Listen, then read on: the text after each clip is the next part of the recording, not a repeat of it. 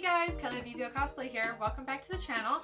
Today I'm going to show you how I made this gigantic witch's hat, starting with a base pattern that I modified and all the internal structure needed.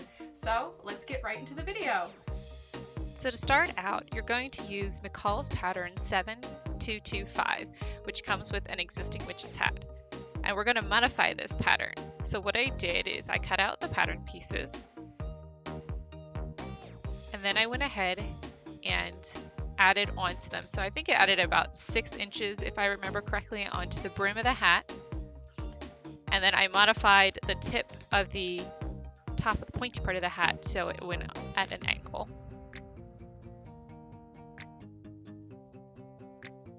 Now, once you've gone ahead and modified your patterns out to the shapes that you want, you're going to cut everything out. You're going to want interfacing, buckram, your lining, and then your actual fabric. So the first thing we're going to do is sew some things together. Here I have the interfacing for the lining of the hat and the buckram that I have to sew together. Once that's done, I've gone ahead and applied the interfacing to the lining of the hat and the top of the hat.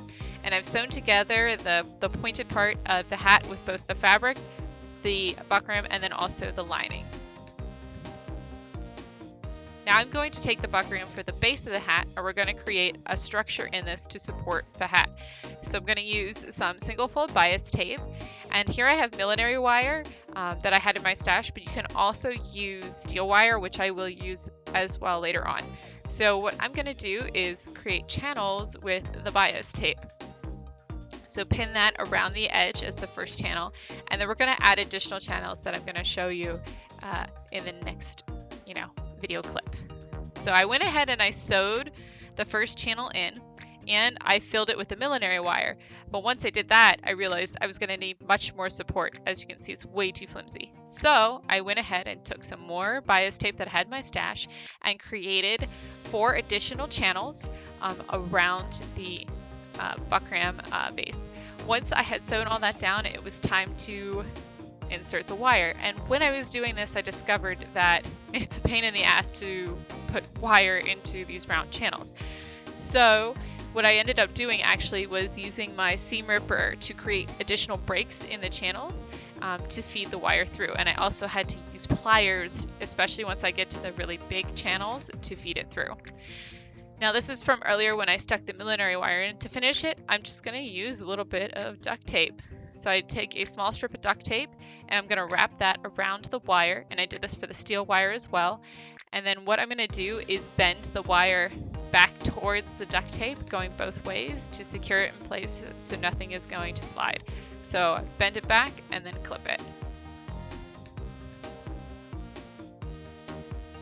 Once you've got the wire in every single channel, you'll see here, look, it holds. We have enough support to be able to make the proper hat. And you can see where I've cut into the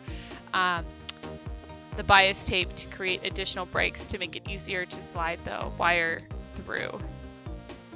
So essentially you're creating an inner structure to support the hat, very similar to what you would do for like a hoop skirt, essentially, by adding these channels in and filling them with wire.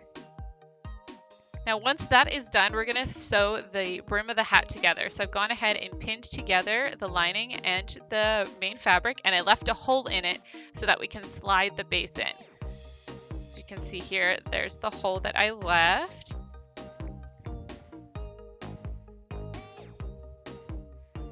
You're also going to go ahead and pin together the point of the hat. So I've gone ahead and pinned it together, and then I went over to my machine and I basted that into place.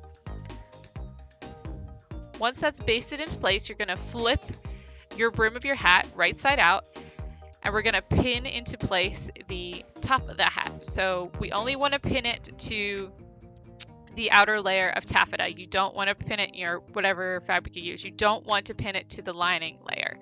Then I'm going to go through and I'm going to clip the curve, because you need to clip curves. So I'm just going to create little cuts going up towards the edge of the fabric. Once I've done that, it's time to stick the buckram in. That's going to be the inner structure of the hat. So you're going to slide that in, and we're going to go ahead and make sure everything's nice and straight and smooth.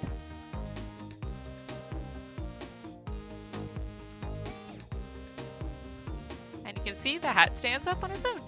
Now, once that's all in, you're going to need to fold over the edge, and then you're going to have to sew it closed. I use a ladder stitch, so it creates an invisible closure on the edge of the brim.